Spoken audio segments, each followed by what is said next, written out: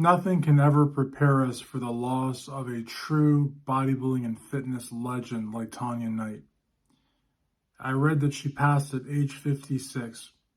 I was first informed of the news when my friend Sugar Sean Ray tagged me and 96 other people on Facebook 2 hours after the news broke. In fact, I don't even know if the news broke because when I saw the message, I looked all over. I looked in Google, I looked on Bing, I saw nothing. But Sean and Tonya were extremely close, featured on some of the most famous magazine covers. Tonya Knight was all over Muscle and Fitness, as was Sean and Flex Magazine. She won the Arnold Classic. She placed top 5 at the Olympia. She was on American Gladiators. She was part of a series of commercials, articles. I mean, she was, to put it into context, I don't even know how to put it into context. I mean, I wrote an article for ironmagazine.com, and once that's published, I will link it down below this video. But to even compare her, say, to Dana Lynn Bailey would not really be accurate. If Tonya Knight, in her prime, had been on social media, I think she would have been 3 times more popular. I mean, I know that doesn't sound like much, but if you guys remember how popular DLB was, how so many girls copied her haircut, her hairstyle, and like the cuts in the shirts and like the weird sayings. If Tonya Knight had been in her prime and social media had been around, she would have been 3 times more popular than DLB. I mean, that's just how prolific she was. You have to realize she was on television.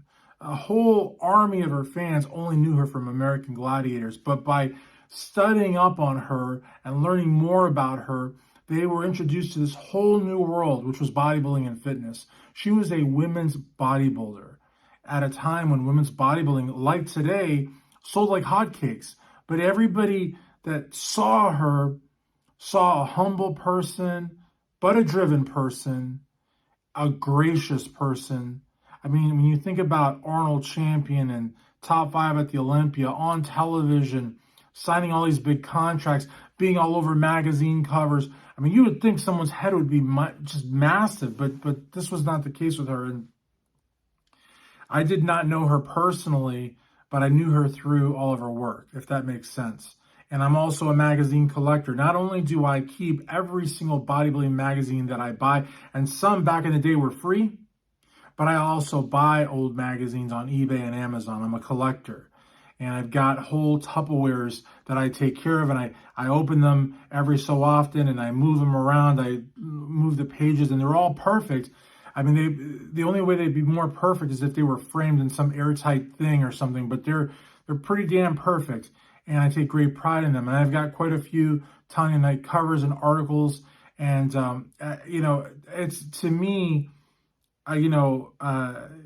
she was, she dominated the 80s and 90s, but like I said, if she was around when social media was, she would have been, I mean, I don't even know how to explain that. She was huge through print media and word of mouth. Print media and word of mouth. Imagine now with the phones in the people's pockets and the laptops and all that, and the Fitbits and the iWatches and all that stuff. She would have been like, I mean, it would have been like the second coming of Christ or something. But again, and that's the thing, when we think of people like Tonya Knight, we think of them in their heyday. I mean, she was involved in a lot of social causes. I did know that she was involved in animal rights because I'm a lifelong, well, actually not lifelong, it feels like lifelong, but I became a lacto-vegetarian at 14 and a half, and I'm 44. So for 30 years, I've been animal rights. And I did know that about her, but I didn't know, like, very much more. She led a private life, and her family, from what I understand, want their privacy, and I hope to God that the mainstream media, if they do cover this, that they're tactful about it, but you never know with them.